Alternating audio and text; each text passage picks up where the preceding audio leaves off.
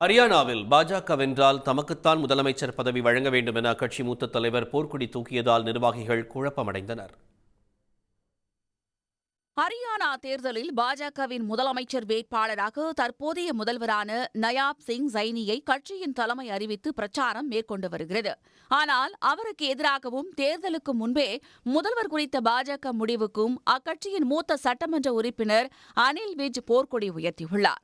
முன்னாள் அமைச்சரான அனில் விஜ் பாஜக வெற்றி பெற்றால் 6 முறை சட்டமன்ற உறுப்பினராக உள்ள தம்மைத்தான் முதலமைச்சராக அறிவிக்க வேண்டும் என்று வலியுறுத்தியுள்ளார். हरियाणा में भारतीय जनता पार्टी का सबसे वरिष्ठ विधायक, मैं 6 बार चुनाव लड़ चुका हूं, जीत चुका हूं और 7वीं बार मैं चुनाव लड़ रहा हूं.